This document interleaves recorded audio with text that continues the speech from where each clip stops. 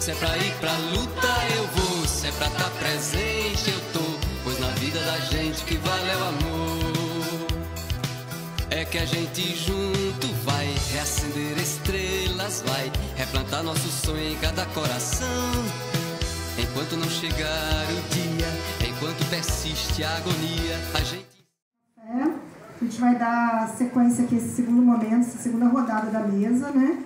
E passando, vamos seguir a ordem aqui que está na programação, se vocês não tiverem nenhum tipo de objeção. Então, vou passar a palavra para a Thaisa Pinheiro, da Comissão Especial do Direito Social à Moradia e Questões Fundiárias, do Conselho Nacional das Defensoras e Defensores Públicos Gerais, CONDES. Obrigada, Thaisa. Isso, obrigada. Boa tarde a todos. Boa tarde a todas, é muito bom rever vocês.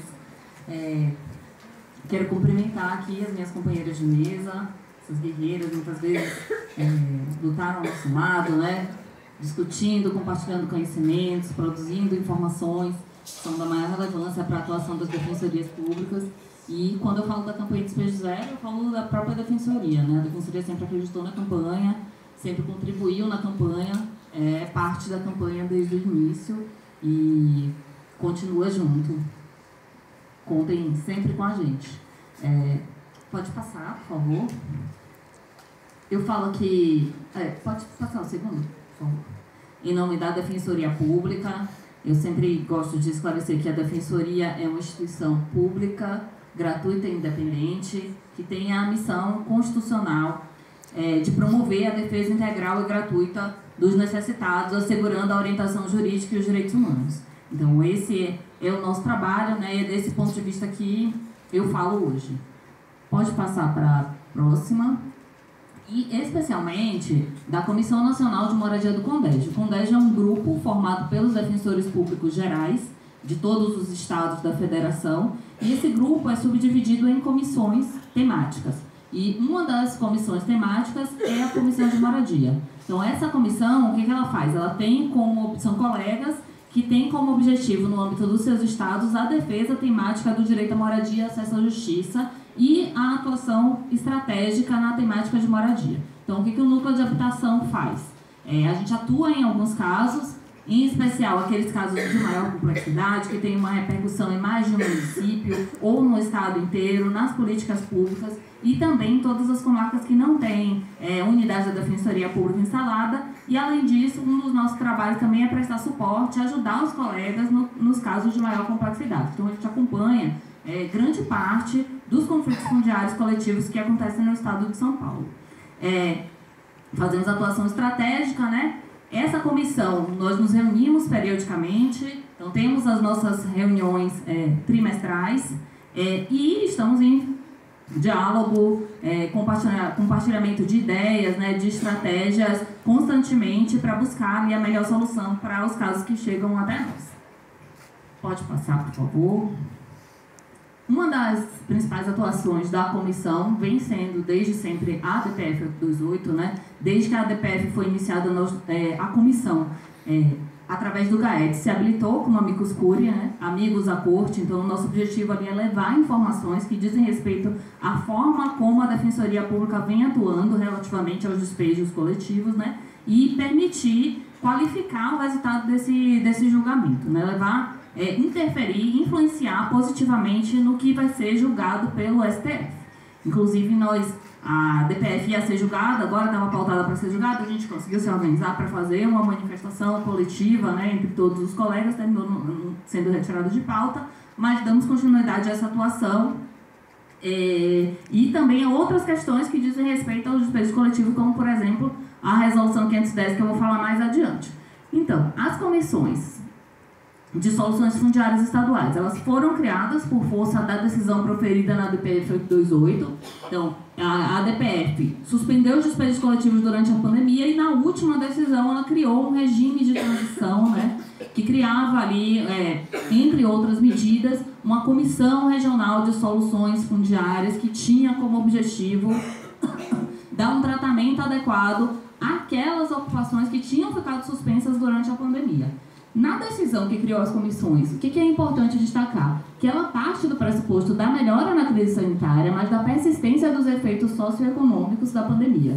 E ela tem como fundamento básico o direito à moradia, a preservação dos direitos fundamentais dos ocupantes e traz a regularização fundiária como solução prioritária para os conflitos fundiários. Então, assim, esse era o que deveria nortear o funcionamento da comissão.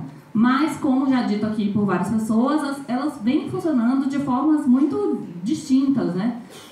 No âmbito estadual, e muitas vezes esses não são os parâmetros que são observados pela comissão. Falo com mais propriedade, lógico, né? Do estado de São Paulo.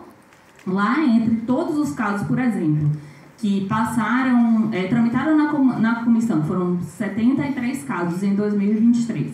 Apenas 6 tiveram como deliberação a regularização fundiária. E desses 6, hoje não tem nenhum que tenha avançado no sentido da regularização. Todos eles ou estagnaram em algum momento, né, tiveram respostas evasivas e terminaram indo por outro caminho, ou foi expressamente rejeitada a regularização. Então, a gente tem aqui situações muito complexas, tem algumas lideranças aqui presentes hoje, Maura, da Ocupação Esperança, Vanessa, da Ocupação Queixadas, 2 casos que passaram pela comissão, tiveram uma visita, tiveram uma reunião, e mesmo assim, hoje a gente não tem um prognóstico de uma solução habitacional adequada para esses casos, né, para o tratamento desses casos. A maior parte dos casos, na Comissão de São Paulo, eles têm como a primeira opção o prazo para desocupação. Então, assim, a gente já chega lá falando...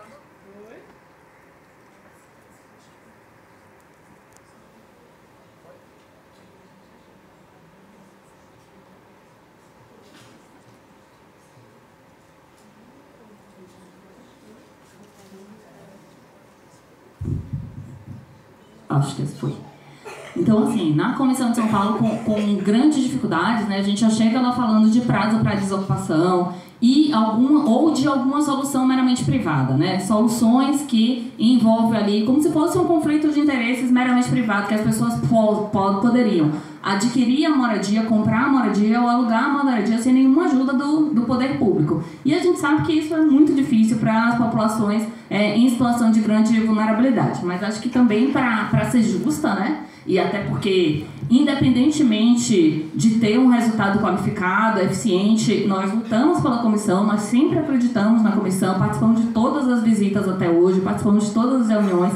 A gente entende, sim, a comissão como um legado civilizatório da DPF, como algo que não pode, de forma nenhuma, virar um retrocesso. A gente entende esse papel importante que é abrir o diálogo para aquela pauta. Muitas vezes é um tempo essencial para que a ocupação consiga se articular politicamente, mas não poderia deixar de dar um posicionamento muito crítico a respeito da forma como ela vem funcionando a partir da realidade que a gente encontra lá.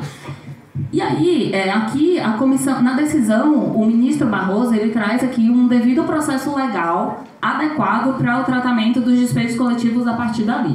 E esse devido processo legal tem a ver com audiência de mediação, inspeção judicial, com participação da Defensoria Pública e Ministério Público. Isso é o que vem funcionando bem, é o procedimento.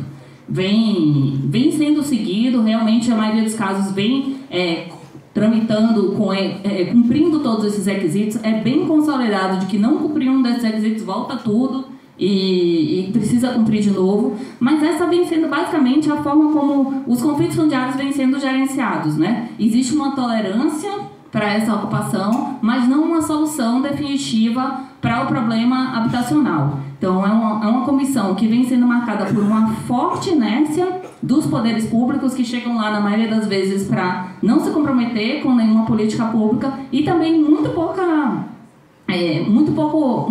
correção por parte dos juízes mediadores, né? Então, os juízes em geral não fomentam, ou tem sido um espaço importante, mas que não é possível, a gente não consegue chegar ao ponto de ampliar para além daquelas formas de diálogo que muitas vezes o cara não possa oferecer nada, não temos nenhuma política, não temos como auxiliar essas pessoas, quando não vem para um discurso de maior criminalização. E a questão da alternativa habitacional. Esse ponto vem sendo discutido, né, com muita dificuldade, tanto no âmbito da comissão, quanto dentro dos processos. Muitas vezes o processo que vem da comissão, a gente continua essa discussão ao longo ali de vários anos depois, recursos, reclamações, com bastante dificuldade. Pode passar.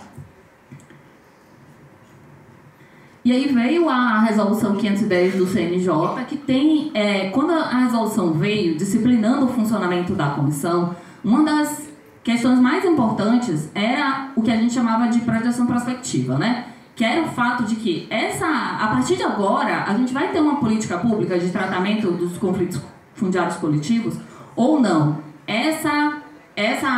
As comissões de soluções fundiárias, elas vão se restringir àqueles casos que ficaram suspensos durante a pandemia. E a gente sempre defendeu que não, né, que não faria sentido tratar desigualmente aqui aquelas pessoas que estão ali sujeitas a um despejo forçado, mas esse sempre também ainda é um conceito em disputa, né? Então tem muita resistência à manutenção da comissão, mesmo da forma como elas estão funcionando hoje.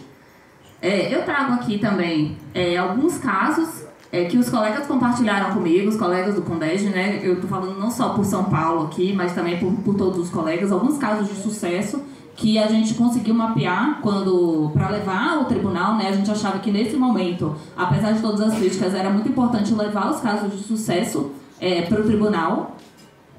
E aí levamos aqui esses 3 que foram apresentados pelos colegas. Eu quis trazer aqui para que fosse representativo também em relação aos casos de sucesso da comissão, aos casos em que foram alcançadas soluções habitacionais, soluções de permanência, só aquilo para que a comissão efetivamente foi criada. Então aqui Goiás, que foi do BRT Rio Verde. Aí o colega apresentou aqui como uma obra de mobilidade que se estende desde a Copa do Mundo do Brasil de 2014. As famílias obtiveram a doação de lotes regularizados em área urbanizada de Goiânia para se reinstalarem. No Paraná, 184 famílias que residiam e produziam no local, desempenhando um papel significativo na economia municipal, inclusive com o fornecimento de alimentos para a merenda escolar. A Defensoria ajuizou uma reclamação na qual foi determinada a necessidade de realocação definitiva das famílias em locais com condições dignas, antes de qualquer medida para o cumprimento da ordem de desocupação, evitando a separação de familiares e garantindo o direito à moradia, né? Então aqui a gente vê que existem casos em que isso é determinado na reclamação, mas cabe posteriormente definir no caso concreto como é que aquelas soluções vão ser implementadas. E no Pernambuco, tá um teste de visão aqui para mim, que não, tá pior. Ai.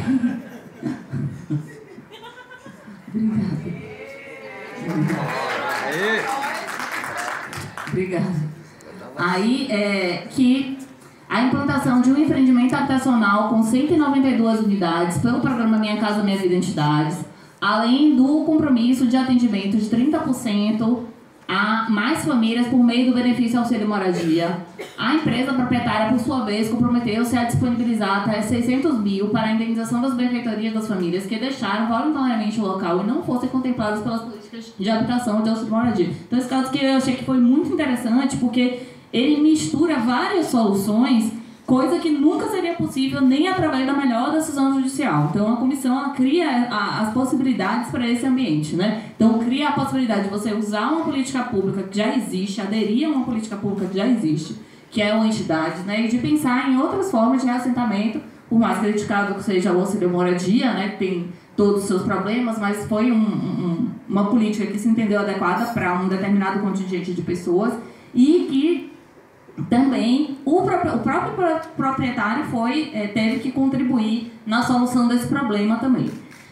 Então, acho que a comissão ela traz essa possibilidade da gente conseguir construir ali com os instrumentos urbanísticos que existem, com a possibilidade de adesão às políticas públicas que já estão criadas, né? E de também serem pensadas soluções que dizem respeito à manutenção das pessoas no território, né? Soluções estruturais que dizem respeito à regularização fundiária, aos instrumentos de indução da função social da propriedade. Então, tudo isso precisa ser contemplado nessa solução.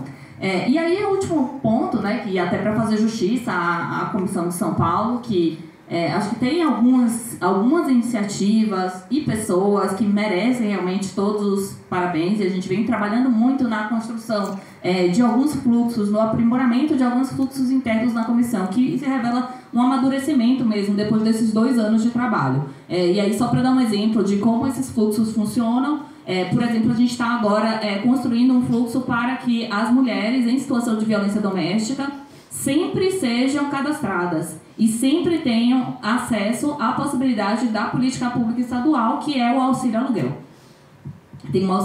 Por mais criticável que seja, né, a gente entendeu como importante dar essa garantia para as mulheres, porque a hora que elas chegam na comissão, que em geral é uma hora que ela está ali no risco de um iminente despejo, é uma hora que ela tem uma maior probabilidade de ter que recorrer ao antigo companheiro, de ter que recorrer ao antigo parceiro, porque ela vai ficar sem moradia. Então, em todos os casos, independentemente de qualquer coisa, o Estado de São Paulo, que tem uma política global, né, para todos os municípios, de garantir o auxílio aluguel, ele cadastraria todas as mulheres para identificar aquelas que têm algum tipo de restrição, de medida protetiva, que têm a possibilidade de retornar ao ciclo de violência, e estaria garantido esse mínimo ali, que está longe de ser uma política adequada, mas estaria garantida pelo menos para essas mulheres esse mínimo que seria o auxílio aluguel. Isso entre algumas outras medidas, né, de aprimoramento do fluxo da comissão.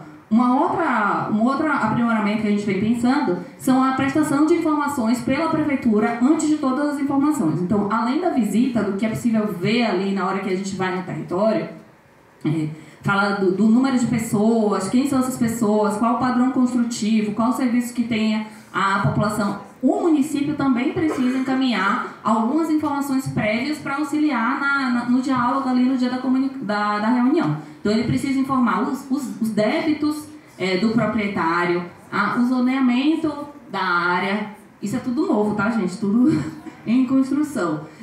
Os instrumentos de indução da propriedade que já foram utilizados para a área. Então, se aquela área já foi indicada ali como descumpridora do dever de observar a função social da propriedade. Então, todas essas informações, elas qualificam o debate na comissão. Então, na hora que chega na reunião, a gente está de posse de todas as informações, além das informações sociais, lógico, né, das questões de vulnerabilidade, para conseguir fazer um debate mais qualificado. Então, acho que assim, a gente sempre lutou, sempre acreditou na comissão, fez questão de que ela fosse implantada, sempre apoiou essa criação, e agora eu acho que a gente está num amadurecimento de ir aprimorando o funcionamento da comissão. Então é isso, gente, muito obrigada, e quero dar mais uma vez os parabéns para essa iniciativa que precisa cada vez mais ser fortalecida, ser ampliada, principalmente assim, nesse momento em que existem tantos questionamentos, né? Está sendo atacada, na verdade, né? Acho que tanto no que foi possível construir, que é da maior relevância, quanto na forma de construir, que também tem o seu mérito por si só, né? Que é o fato de ser uma iniciativa muito coletiva, muito popular, muito engajada. Então, acho que fazer dessa forma também, por si, já tem o seu mérito. Todos os meus parabéns, toda a minha admiração por vocês.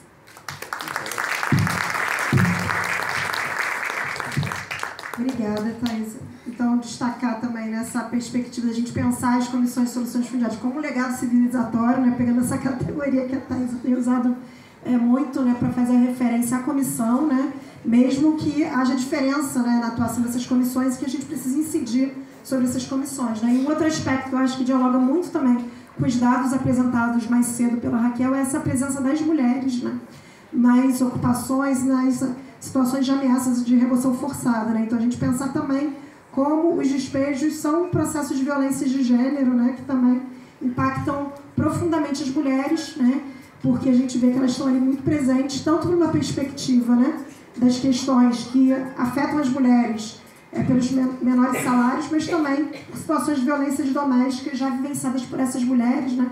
Como Raquel Odemir, inclusive, destaca aí nas pesquisas, né? E a gente tem que pensar também essa dimensão, né, que atravessa as mulheres e que numa violência de um despejo pode ser um segundo momento, né, de nova violência contra mulheres já violentadas, né? Então, a gente visibilizar, né, e falar sobre essas violências que atravessam as mulheres de forma interseccional, né, que foi muito falado aqui na mesa pela manhã também, né, inclusive das questões de território, raça e gênero.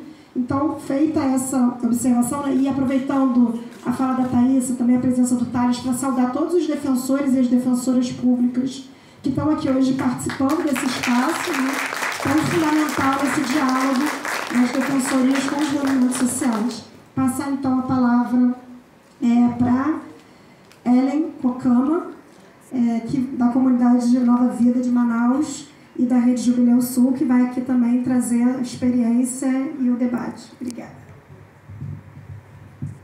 Iraipi Karukipi, Satira Yeren Grexe, Kumampa Acho, Hitamakuara Kukama Kukamira, Hitamakuara Ibitsuna Kakura, Ahanga Kumiksa, Saura. Eu estou falando boa tarde a todos.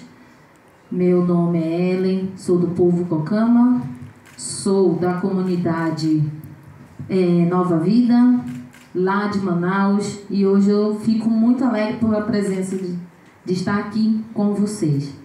Sou uma mulher indígena, aonde por 5 anos a gente sofreu ameaças, sofremos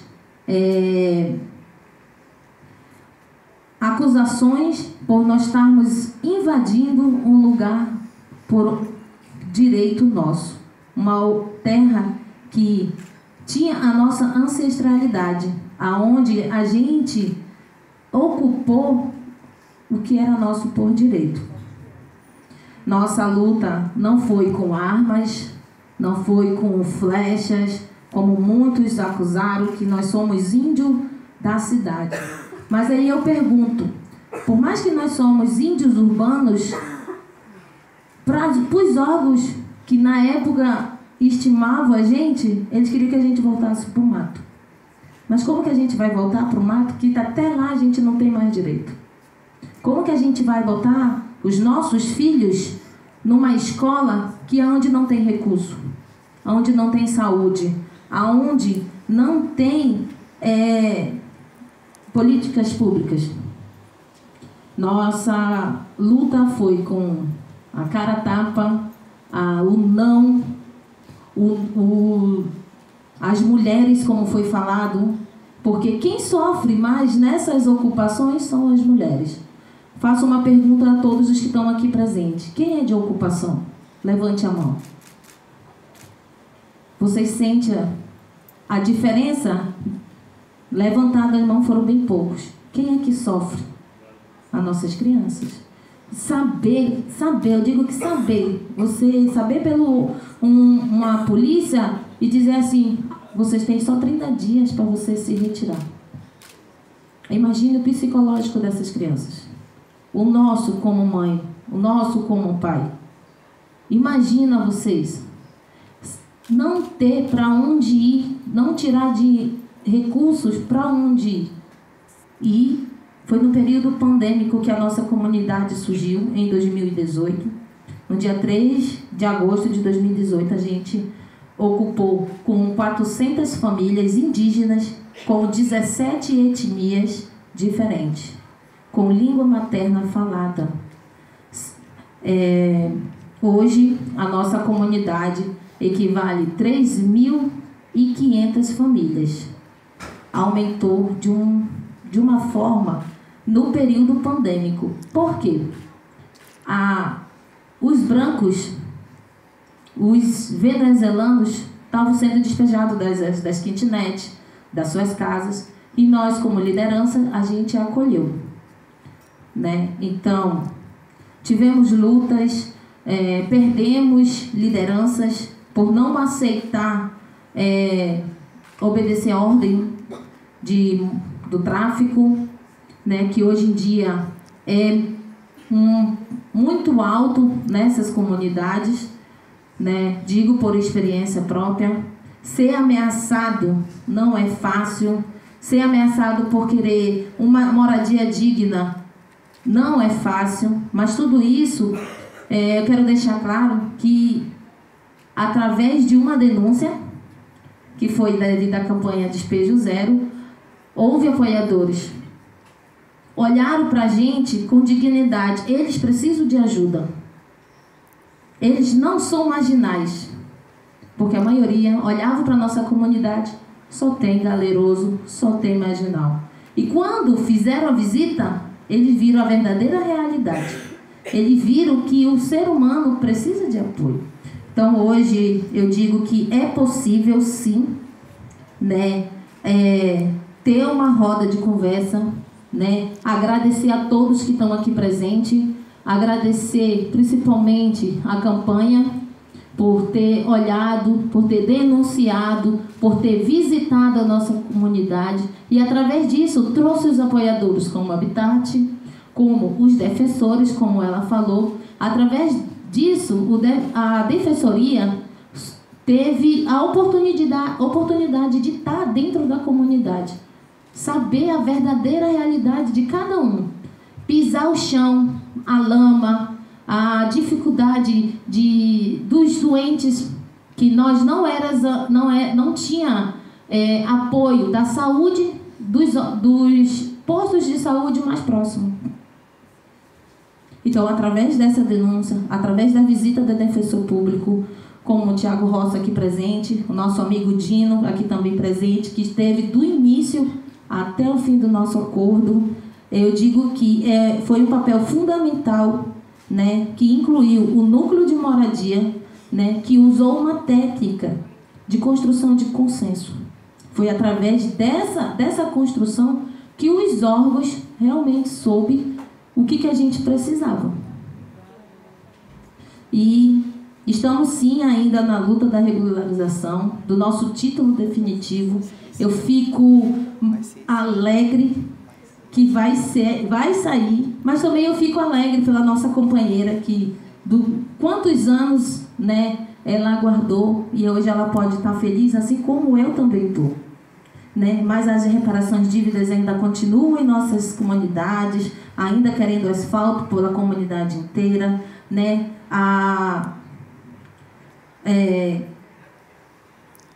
Pelos leitos de hospitais, mais empregos. Hoje eu estou representando aqui a Associação Auainacana, que quer dizer Mulheres Guerreiras. Estou representando também a Rede Jubileu Sul, aonde deu um início em 2021 com a Sinergia, e hoje atua também com reparações de dívidas sociais. Estou como articuladora, sou líder da associação, e a nossa comunidade, ela só tem que agradecer a todos que estão aqui. Muitos não estão presentes, muitas lideranças não estão aqui para fazer essa festa que a gente aguardou tantos anos. Hoje estou muito alegre, né, de dizer que hoje eu posso ir e vir. E eu posso te dizer que hoje eu tenho um teto, né, uma moradia maravilhosa com a minha família, que ainda estamos usando a cultura para sobreviver, como os artesanatos, como a fala materna, como nossos grafismos, com as nossas danças. Não como antigamente, por medo, né, que muitos sabem, mas a gente não vai deixar morrer o que nos deixa dos nossos ancestrais. Muito obrigada.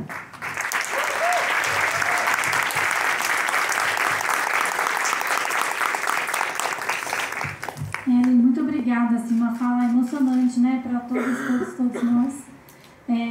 Saber da luta de vocês, das vitórias, e acho que todos nós ficamos muito felizes de saber que a missão, né, articulada com Fórum Nacional da Reforma Urbana, Campanha de Despejo Zero, Conselho Nacional de Direitos Humanos, assim, conseguiu fortalecer a luta de vocês.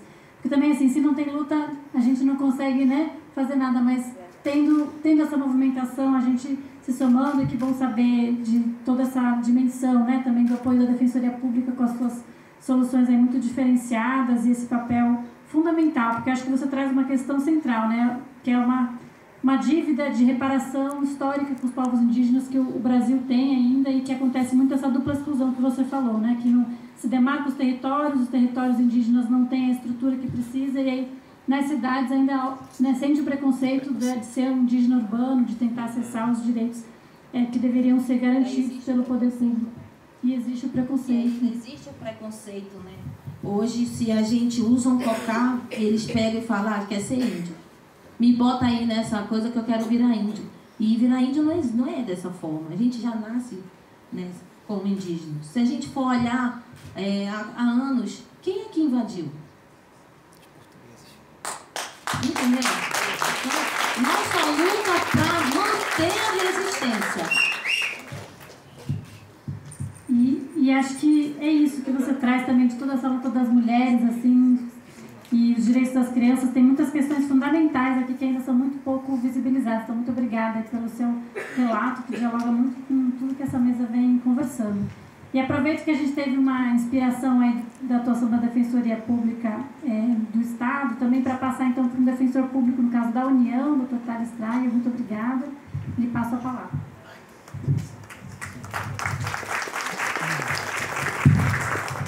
Bom, gente, assim, eu queria começar aqui, enfim, agradecendo muito o convite. Quando a Mariana me fez o convite, eu falei, assim, eu me senti muito pouco apto a estar aqui, né, porque os intelectuais orgânicos, né, não somos nós do sistema de justiça, né, quem ocupa é o movimento social. Então, até pegando esse gancho, né, enfim, eu vou dizer para vocês que seria impossível o sistema de justiça fazer 5% do que foi feito a partir da DPF 828 e, enfim, da imprescindibilidade de a gente atuar muito atento ao atraso do país com relação a essas questões todas do direito fundamental à moradia, né?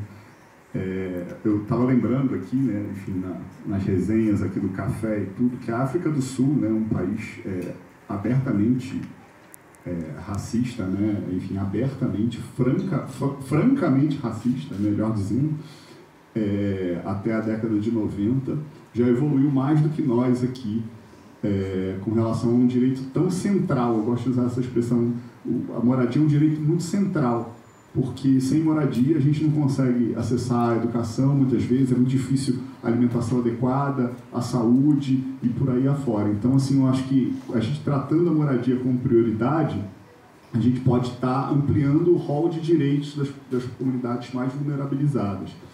E sem o movimento social, assim, a gente não conseguiria ter metade não vou falar avanço, da resistência que a gente conseguiu fazer, talvez no momento mais desafiador para a nossa geração, que foi a pandemia, né? Acho que é importante, a gente falar um pouco da pandemia, né, nesse aspecto, mas assim, foi o grande desafio da nossa geração. Enfim, tem outros aí, conter o fascismo, mas assim, a pandemia nos deixou ainda mais surpresos, a gente não tinha a menor ideia de como tratar, né? E, enfim, as decisões da DPF 828 vieram de uma forma muito salutar, no sentido de possibilitar alguma saída, né? E nesse sentido, quer dizer, os movimentos sociais alimentaram muito da minha atuação lá no Rio. Eu sou defensor público regional de direitos humanos, né, ocupo um posto de muito privilégio, muita responsabilidade, mas a minha atribuição é estadual.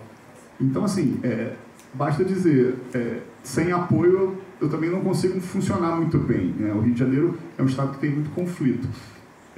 Então, assim, a gente conseguiu resistir em algumas questões assim, fundamentais.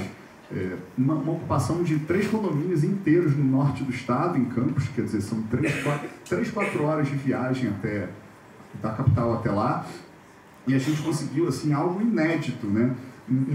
Através do movimento social, que é exatamente a gênese aqui da campanha, né? Uma parceria da academia, dos movimentos, enfim, de instituições públicas de defesa dos direitos humanos. A gente conseguiu produzir dados, que o judiciário ele é ávido por isso, né? A retórica, né? Muitas vezes a retórica, o direito, a função social da propriedade, tudo acaba ficando, para quem é muito conservador, algo de vazio. A partir do momento que a gente chegou com dados ali, a gente conseguiu sensibilizar o judiciário no sentido da gente, efetivamente, a partir da comissão, entabular alguns acordos bastante interessantes e principalmente muito curioso, né, em ocupações de proporções maiores, né? As gigantescas a gente conseguiu resolver assim com muito mais sucesso.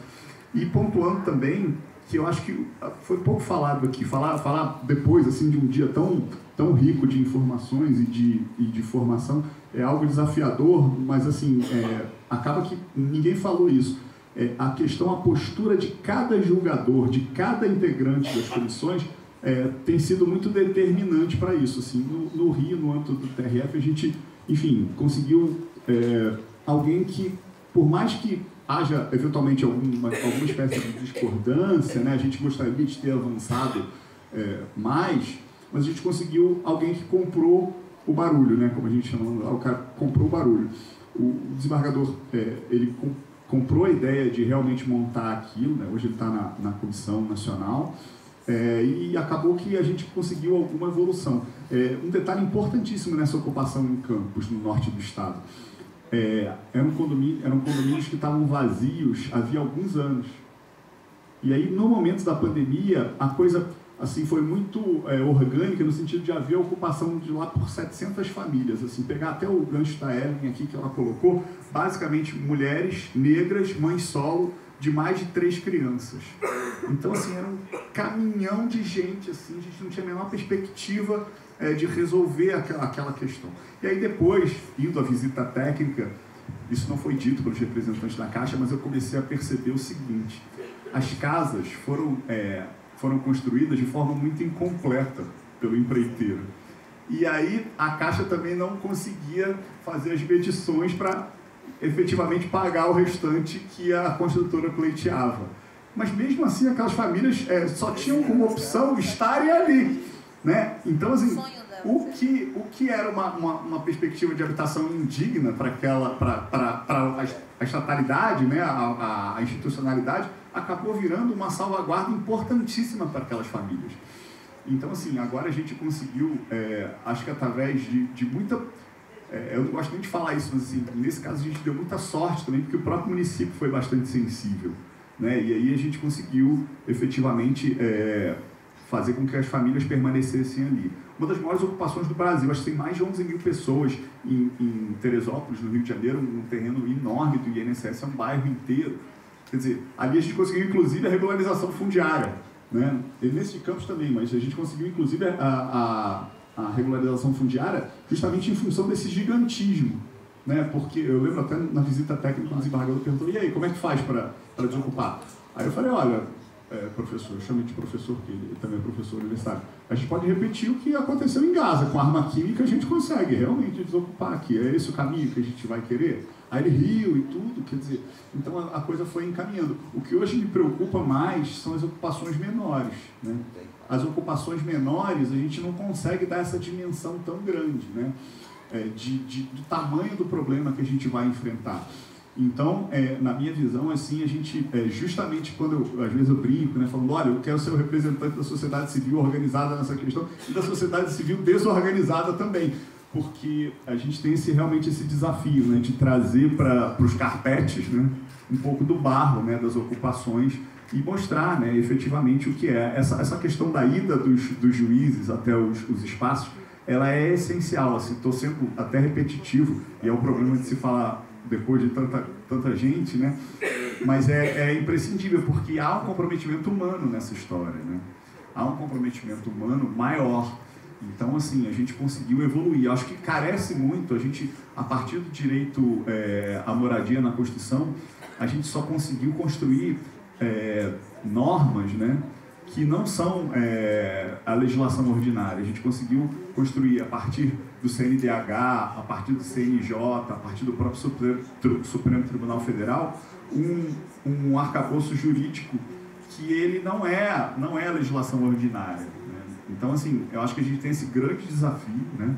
Algo que, como eu falei, né, a África do Sul já vem enfrentando nos tribunais há 20, 30 anos, né?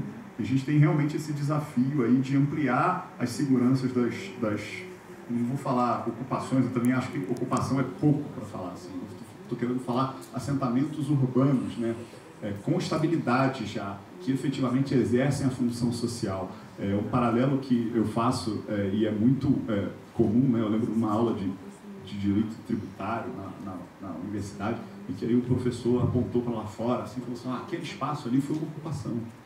arrumaram a rua. Quando se arruma a rua, né? Se arruma a rua para toda a comunidade, para todo mundo ali, não apenas para aqueles moradores. Então, assim, trazer um pouco da questão coletiva do direito à moradia, do direito à habitação adequada. Enquanto meu como cidadão, né, quanto a minha como cidadã não está morando de uma forma digna, de uma forma segura, o meu próprio direito também é violado, né? Eu acho que falta um pouco a gente trazer essa questão da solidariedade, né, do dever de solidariedade que uma sociedade tem com o seu próximo, né? E entender também a grande centralidade do direito à moradia adequada, né? A gente tem esse grande, é um enorme desafio, né? O direito à intimidade, que é tido como um direito de primeira geração, né? Eu não gosto nem muito de primeira dimensão, acho que direito é direito, né? Enfim, é claro que para fins didáticos, nas faculdades de direito, a Mariana pode me corrigir aqui, que é professora de todos nós, pode falar assim, mas a gente separa didaticamente, mas assim, o direito à moradia, ela tem uma centralidade até dos próprios direitos mais fundamentais do ser humano, né? Mais fundamentais, né? A intimidade, né? O direito ao repouso, né? O direito ao trabalho, gente. Sem moradia, como é que se consegue o direito ao trabalho, né?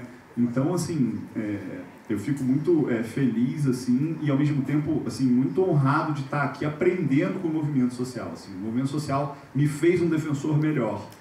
Por isso que eu acho assim, quando a Mariana me chamou, assim, eu falei, poxa, mas eu falar para tanta gente que sabe desse assunto de uma forma tão mais sensível do que eu, né?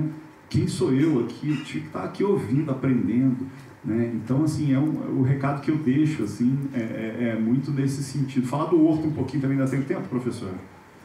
Falar do Horto, em 98, eu era estagiário do Ministério Público Federal. Isso me chegou às mãos, né? Então, pô, e aí, como é que faz e tal? E o procurador falou, não, enfim, é a terra pública e tal, vamos fazer aí, enfim, toca pra frente aí, não tem direito nenhum, não tem direito de retenção de perfunctoria, não tem nada, assim, é muito fácil para o judiciário, na verdade, não enfrentar o tema de uma maneira qualificada, né? É muito fácil. Então, a gente tem um desafio enorme, né, de trazer para o sistema de justiça, na verdade, né, uma necessidade de que pessoas não podem ser retiradas dos espaços onde elas estão, porque as pessoas elas não são guardadas num armário, num depósito, né? As pessoas existem, né? É a existência das pessoas sem residência que a gente está tratando, né? Quando a gente fala muitas vezes opção de moradia, né? Uma outra alternativa, né? Alternativa de moradia. A alternativa de moradia nunca pode ser vista como um abrigo, né? Assim, abrigo não é moradia. Eu acho que é um detalhe assim, que a gente precisa também enfrentar bastante, que ainda está posto como um grande desafio. Então, a partir do caso do Horto, em 2017, 2018, a gente tentou, vejam vocês, listar todos os casos e levar para a presidência do tribunal. Falar assim, olha, como é que a gente vai resolver isso daqui?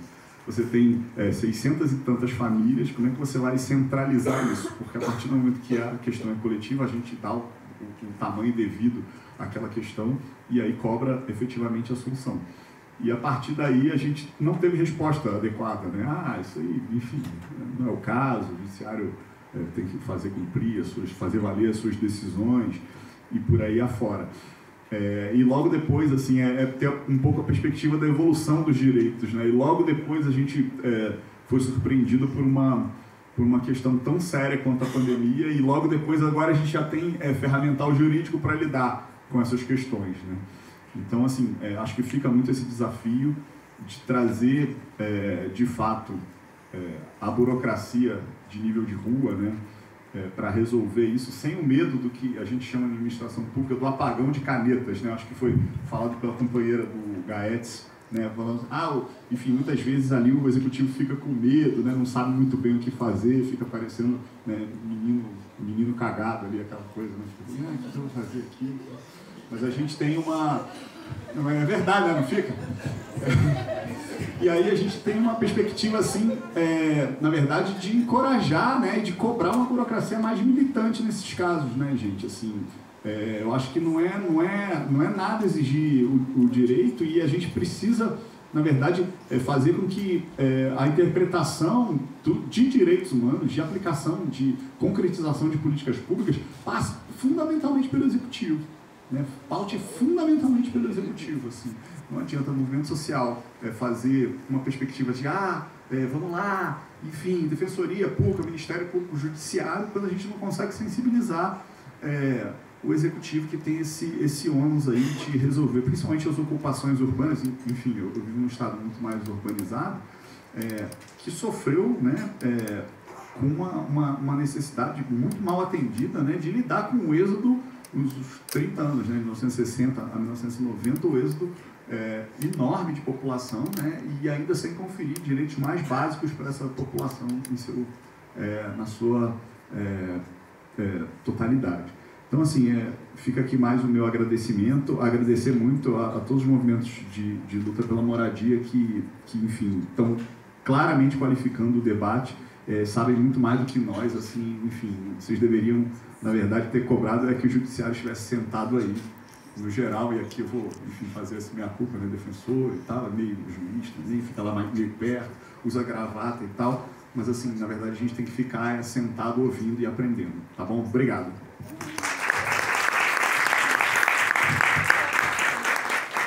Muito obrigada, Thales. Acho que daria para, né, enfim, tirar várias questões aí da sua fala, mas acho que isso traz um ponto muito essencial, que é essa questão das ocupações menores, das ocupações em que às vezes não tem organização do movimento social, e esse desafio que a gente já tem estruturalmente, né, nas questões das mediações, que é essa desigualdade entre partes, né? Uma parte muitas vezes tem a propriedade, tem em si o tempo, digamos, né, pode esperar.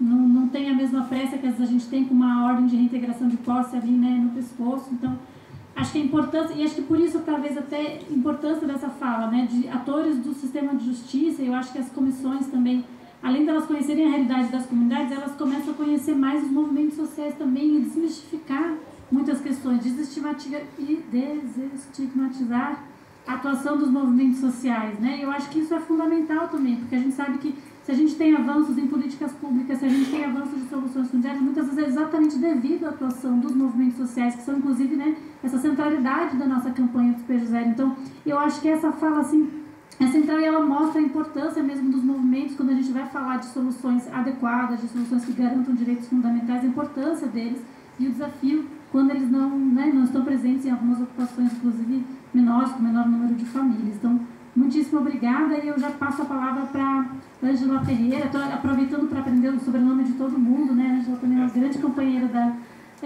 campanha e integra o Conselho Nacional das Ouvidorias das ouvidorias externas, das defensorias públicas, também super importantes aí ao longo da história. Então, passo a palavra, Ângela. Muito obrigada.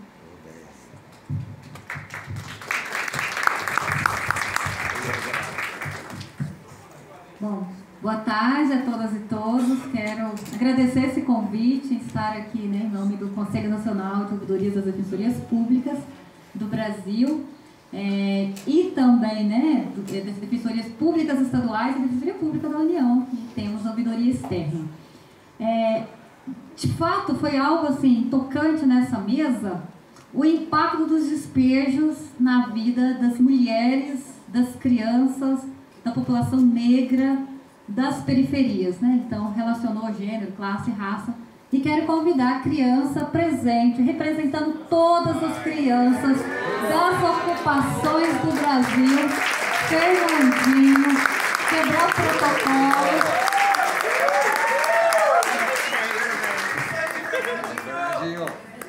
para nos animar aqui esse debate com protagonismo da criançada, que é muita resistência e muito bonito.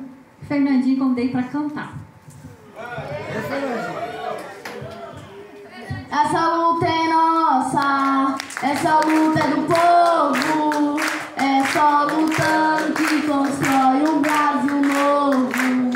Essa luta é nossa, essa luta é do povo, é só lutando que constrói um Brasil novo. É 500 anos de miséria e humilhação, o povo sem saúde e educação. Essa luta é nossa, essa luta é do povo, é só lutando que constrói um Brasil novo. Direito de morar,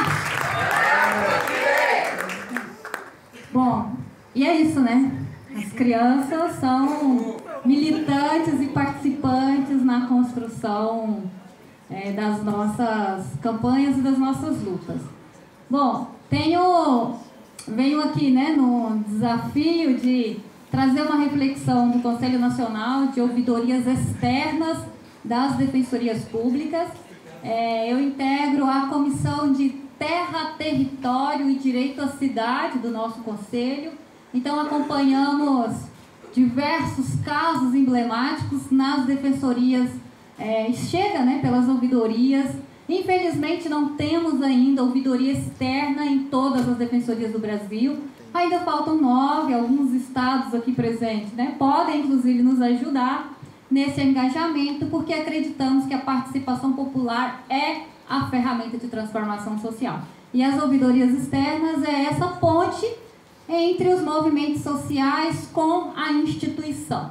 Então, ouso aqui ainda fazer a defesa de ouvidorias externas no CNJ, no CNMP, nos tribunais de justiça, em todos os órgãos públicos, para fortalecer a participação social. Nada sem nós, sobre nós. Então, e com isso, assim, né, dizer que em todos os estados em que nós acompanhamos, né, e tenho a honra de estar também aqui com a Val, que é ex-ouvidora da Defensoria Pública de Rondônia, que conhece muito bem esse contexto e essa realidade. Chega nas ouvidorias, né, fazemos ponte dos movimentos sociais com a instituição, muitas vezes até em plantões, né, porque, infelizmente, as ferramentas dos diálogos e as notificações de despejo não chegam com tamanha antecedência na perspectiva de garantir mediações, enfim, né? Em especial os despejos administrativos, ao qual merece um capítulo e merece uma reflexão profunda da nossa campanha Despejo Zero. Nós, assim, no Conselho, né, temos e gostaríamos de trazer aqui uma problematização sobre a questão central da participação social com a formulação das comissões de soluções fundiárias. Entendemos, né, que teve avanços importantes, históricos, inclusive, assim, desde da sua formação ao momento que temos hoje, né? Antes era a CCF, Comissão de Conflitos Fundiários.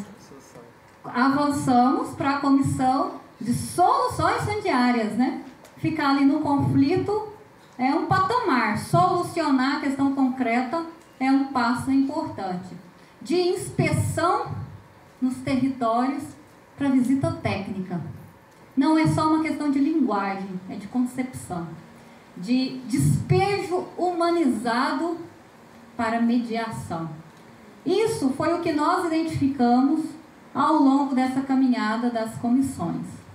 E lembro-me que em Goiânia, em Goiás, a primeira visita técnica que foi aqui na ocupação Alto da Boa Vista, o desembargador, que toda a imprensa, né, tentando dar uma resposta ao que era, deu uma entrevista no Jornal do Meio-Dia, dizendo: a comissão vai realizar despejos humanizados. Jornal do Meio-Dia, todo mundo almoça, a visita técnica, né, antes chamada de inspeção, era às 14. Gente, o povo passou mal. Foi aquele desafio, né, e as crianças da comunidade lá fizeram cartinhas, levaram bombons para acolher as autoridades. Estou falando de uma ocupação de 800 famílias, de 5 mil pessoas. Então, isso foi um impacto tão grande, foi a primeira visita. Nas visitas posteriores, essa palavra despejo humanizado mudou para mediação. E acredito que essa prática pedagógica, né, das autoridades, né, do sistema de justiça, ir nos territórios fez toda a diferença. Por mais que ela foi dita aqui na mesa, que ela acontece, né, e que tem vários, inclusive, perspectivas, né, da sua existência, mas eu não me lembro de ver um juiz, um desembargador, até mesmo um promotor e defensores nos territórios. Foi com essa ferramenta de luta que ouso afirmar aqui que a ADPF é fruto de uma luta dos movimentos sociais, sensibilizando o Poder Judiciário para implementar o que nós organizamos ela, porque assim, proferiu a DPF, parece que veio, né, de mão beijada. Então, isso de fato a gente tem que afirmar o tempo todo dessa participação popular. E hoje, assim, temos algumas outras, né, perspectivas de avanços, e todo esse conjunto de autoridades que vão e foram nos territórios passa a ter uma visão diferente, uma visão de mundo diferente, né? É assim o nosso processo pedagógico. O Fernandinho veio aqui, cantou e nos emocionou, porque é uma ferramenta pedagógica a participação das crianças, das mulheres, de todo mundo. Assim também é com o Poder Judiciário, né? Se vão no território, você começa a, inclusive, ser solidário, a escutar, né? E escutar não é simplesmente entrar aqui, é ver também, é pôr o pé na realidade concreta. E isso faz uma diferença enorme. Mas quando a Comissão de Soluções Fundiárias muda o seu corpo, entra novas pessoas, o processo pedagógico começa tudo de novo. E aí, mas tem 100 processos lá, né? Em Goiás hoje nós temos 120. E estamos assim num ritmo, né, muito bom do ponto de vista do diálogo. Quando muda esse desembarque, muda, né, a comissão, entra novos juízes, é novamente um processo de diálogo. E esse da participação dos movimentos sociais, quando ela foi construída com um grupo, né, e acha que nós deveríamos avançar para já ter um perfil de juízes, né? Porque se não tem a escuta atenta, poderia não ser, mas é algo subjetivo. Ou talvez, né, ser via edital, alguma forma em que mantivesse aí um perfil dialógico, um perfil de estar presente, né, nos territórios e por aí por diante. Então essa é uma dificuldade, ficar à margem do perfil, né? Não sei vocês se já perguntaram, o MP para presente? Quem do MP? Imagina, gente, em que ponto nós chegamos de problematizar qual é o servidor público e qual o perfil que ele tem. O compromisso precisa ser institucional e não do ponto de vista da visão de mundo, né? Como o defensor público que está aqui, como todos os defensores públicos que estão aqui, né? Estão aqui porque acreditam nessa ferramenta do diálogo, da mediação e das soluções que está previsto na Constituição Brasileira, o direito à moradia.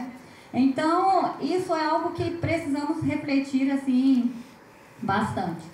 Tem um tópico aqui de questões sensíveis, uma página que tentei trazer em tópico também para ver se dá conta do todo, né? Que é o despejo administrativo.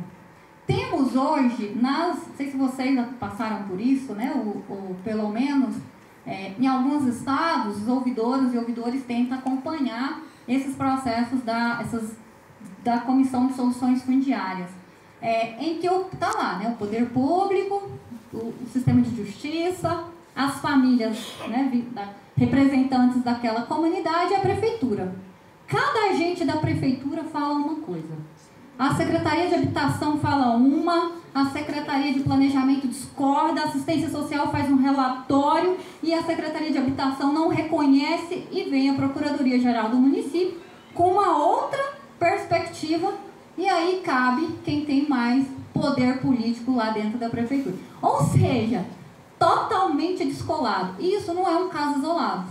Então, nós avançamos muito com a sensibilização do Poder Judiciário, do ponto de vista do sistema de justiça, e o que nós queremos é avançar um pouco mais que a democratização do acesso à justiça para todas as pessoas, mas também ainda precisamos envolver nesse aspecto.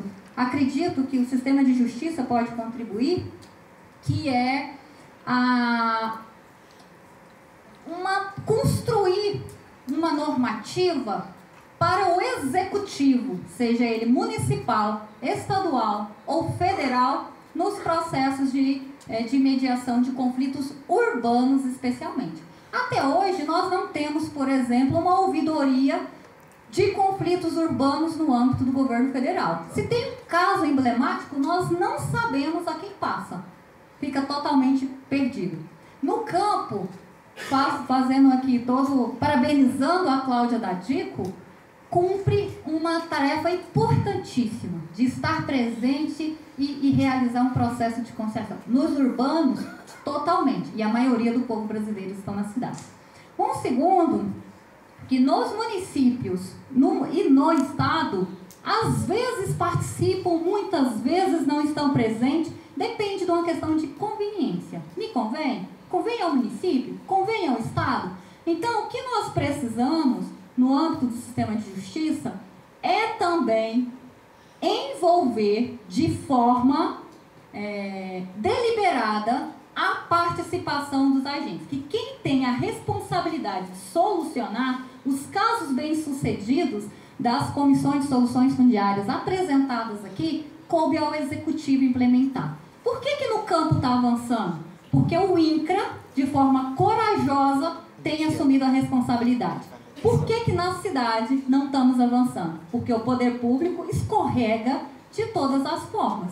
E aí, assim, um ou outro, e depende da força política. As grandes ocupações é por conta do impacto eleitoral.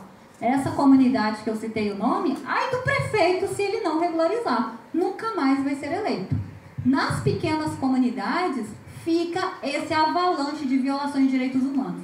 E sem a moradia, essas pessoas nas ocupações não têm CEP, sem o CEP não conseguem atendimento à saúde, à educação e por aí vai, né? Fora trabalho, transporte, direito de ir e vir. Então, são muitas dificuldades. E a Comissão de Soluções Fundiárias poderia dar um passo para avançar nessa responsabilização dos municípios, que já está previsto na Constituição brasileira, que cabe ao Executivo implementar. Assim, temos como soluções, muitas vezes apresentadas, em um caso bem concreto aqui no estado, no estado de Goiás, que de 3 anos na Comissão de Soluções Fundiárias, no contexto da pandemia, enfim, né, e o processo transitado e julgado, a solução foi ginásio. Ginásio. E olha que temos no nosso histórico um dos maiores despejos e massacres que aconteceu no Parque Oeste Industrial, em que as pessoas ficaram em ginásio, adoeceram, fora o volume de violações. 14 mil pessoas despejadas em um dia no Parque Oeste Industrial. Então, e agora ofertam como soluções ginásio, e isso saiu na mediação da Comissão de Soluções Fundiárias. Ginásio, abrigo ou aluguel social. Um aluguel social lá no estado é R$350. Nós desconhecemos qualquer lugar em que tenha possibilidade de ter uma moradia digna por 6 meses, com possibilidade de renovação de aluguel social. Então isso não é dignidade humana, isso deveria ser abolido e nunca mais acontecer. O abrigo que oferecem é a casa de acolhimento para pessoas em situação de rua. As pessoas em situação de rua já estão denunciando a qualidade, assim, né, inclusive absurda, que é esse serviço de acolhimento, e que não pode levar o brinquedo da criança, que não pode levar o cachorro, que não pode levar, né, enfim. Então, para onde essas pessoas vão? Fora que elas produzem, tem a sua horta, tem tudo, né? E, por fim, os ginásios. Talvez, e trouxemos, inclusive, uma proposta, meu tempo aqui já está escasso, trouxemos uma proposta de uma petição pública para que essas soluções apresentadas, elas não aconteçam em nenhuma cidade do Brasil. E, assim, denunciando de forma veemente essas dos ginásios, né? E com isso, assim, saudar vocês, agradecer muito, e dizer, por que não, né, ter a participação social. Hoje, aqui em diálogo com um defensor público, descobri que tem várias mediações marcadas sem a participação dos movimentos sociais e nem da comunidade envolvida. Então, a participação social, isso também, né, talvez sair aqui uma recomendação da campanha Despejo Zero ao CNJ para que isso implemente. Não dá, gente, não dá para saber que estão discutindo a vida, a realidade concreta daquela comunidade, sem a participação dessas comunidades. Não dá para os movimentos sociais estarem, né, nos espaços e não serem, né, chamados. Com esse caso, né, que ofertaram o ginásio, nós pedimos reuniões com o prefeito, não marcamos. Conseguimos via o desembargador presidente da Comissão de Soluções Fundiárias que mediou. E talvez essa seja a ferramenta de ser, né? Ou seja, quem está na Comissão de Soluções Fundiárias garantir a participação. Mas se os movimentos sociais não chegarem até estarem sentados junto com, não é possível ter nenhuma mediação, porque, na verdade, quem sabe da realidade concreta são as comunidades que estão nos territórios. E aí só ler processos, pareceres, ver às vezes até foto, não adianta. Então a participação, ela precisa ser permanente. Não é esse negócio, né, de caixinha de sugestão. Isso já abandonamos há muito tempo. A nossa participação é real. É nas decisões, é nos caminhos, é acompanhando, é participando. Então, assim, é dolorido ver quando, e acontece sempre em vários estados, dos movimentos sociais não participarem, não contribuírem, e quando percebem, né, o caso pode estar bem emblemático. Bom, então, obrigada aí, boa sorte para nós, que essas coisas, que tudo isso que falamos vá também para o planejamento da campanha. Obrigada, Ângela. Ângela traz questões fundamentais para a gente poder avançar, inclusive, acho que é uma preocupação no próprio julgamento da DPF 828 no mérito, né? Que a gente possa avançar na compreensão de que abrigo, oferta de ginásio e aluguel social não são alternativas habitacionais, né? Que a gente precisa, de fato, buscar a solução fundiária, né? Ou seja, a moradia definitiva, como aqui colocado.